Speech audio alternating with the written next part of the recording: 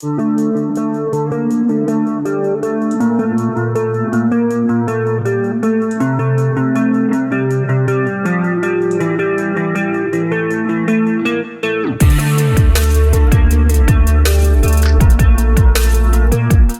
départemental de sécurité routière, EDSR, est une unité de la Gendarmerie nationale française située près de Mâcon. Son objectif est de lutter efficacement contre les infractions routières. Pour savoir comment, nous accueillons le capitaine Nicolas. Bonjour capitaine Nicolas. Bonjour à vous. Vous êtes le capitaine de l'escadron départemental de sécurité routière. Pouvez-vous nous dire quelles sont vos missions et ce que vous faites au sein de l'escadron ? Alors l'escadron se compose d'une centaine de militaires et les missions principales sont, comme vous l'avez rappelé, la lutte contre les infractions génératrices d'accidents, mais également les interventions au niveau départemental sur tout ce qui va concerner la prévention. Donc en ce qui concerne la lutte contre les infractions, ce sont non pas des stéréotypes mais ce qui est programmé, c'est-à-dire les infractions graves génératrices d'accidents qui sont principalement dans le département la vitesse et les conduites addictives. Comment les gens réagissent-ils face aux contrôles que vous effectuez ? Sont-ils parfois violents ? De plus en plus, étant donné que nous avons une tenue et que nous sommes représentants de l'État, ce qui importe, c'est pas forcément le gendarme, mais le symbole qu'il représente. À l'instar de nos camarades pompiers, qui sont visés également par des violences lors de leurs interventions. Mais dans la très grande majorité des cas, ça se passe quand même très bien. Les automobilistes n'aiment pas les radars et les contrôles d'alcoolémie. En quoi ces dispositifs sont-ils efficaces selon vous ? Ils sont efficaces puisque je viens de vous le préciser. Le triptyque concernant les infractions sur lesquelles nous luttons sont les vitesses et les conduites addictives, et plus spécifiquement l'alcoolémie et les conduites sous stupéfiants. Donc effectivement, c'est parce que c'est médiatisé aussi, et à juste titre, que les contrevenants, lorsqu'ils sont contrevenants, font l'objet d'une procédure ou d'une contravention, mais dans la très grande majorité des cas, les gens veulent bien participer au contrôle et se soumettre de bonne grâce puisqu'ils n'ont rien à se reprocher. C'est la très grande majorité des cas quand même.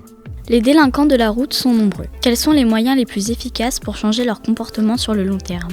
Sur le long terme, la répression aura forcément ses limites et a déjà ses limites, et il faut axer sur la prévention des plus jeunes, votre population en l'occurrence, puisque c'est vous les futurs conducteurs de demain. Et si on veut faire chuter le nombre d'accidents graves, de tués ou de blessés graves, eh bien ça passe par la prévention et il faut se déplacer et aller prêcher la bonne parole, tout simplement. Que risque-t-on si nous nous faisons prendre lors d'un de vos contrôles ? Est-ce que ça dépend de l'infraction ? C'est exact, ça va dépendre de l'infraction et de sa gravité. Ce n'est pas le gendarme qui va déterminer le montant de l'amende ou la procédure à diligenter, mais il y a un code, le code de la route, le code de procédure pénale, pour lequel on doit faire application des dispositions. Combien de fois par jour sortez-vous faire des contrôles ? Alors, à titre personnel, moi, mon travail, c'est de contrôler les unités qui contrôlent les gens sur le terrain. Donc, je ne sors pas tous les jours, mais toutes les unités de l'escadron départemental sont dehors, quotidiennement, de jour et de nuit. Au cours de l'histoire, est-ce que les automobilistes ont déjà manifesté contre certaines règles de sécurité mises en place sur la route ? Alors oui, juste en anecdote, en 1992 a été instauré le fameux permis à points qui a fait l'objet de manifestations. Et à l'heure actuelle, nous avons les motards civils qui manifestent contre l'obligation qui est faite de passer le contrôle technique pour les motos, sachant que ce n'est pas lié à une volonté gouvernementale, mais d'une directive européenne. Vous faites des sensibilisations au milieu scolaire. Comment réagissent les enfants ? En général, ça se passe quand même plutôt bien puisqu'ils sont très réceptifs et à l'écoute. Les sensibilisations que vous faites fonctionnent-elles bien ? Alors, j'ai pas de retour en statistique, mais j'ai espoir que oui, le discours soit compris et contenu. Et pour finir, pourquoi aimez-vous votre métier ?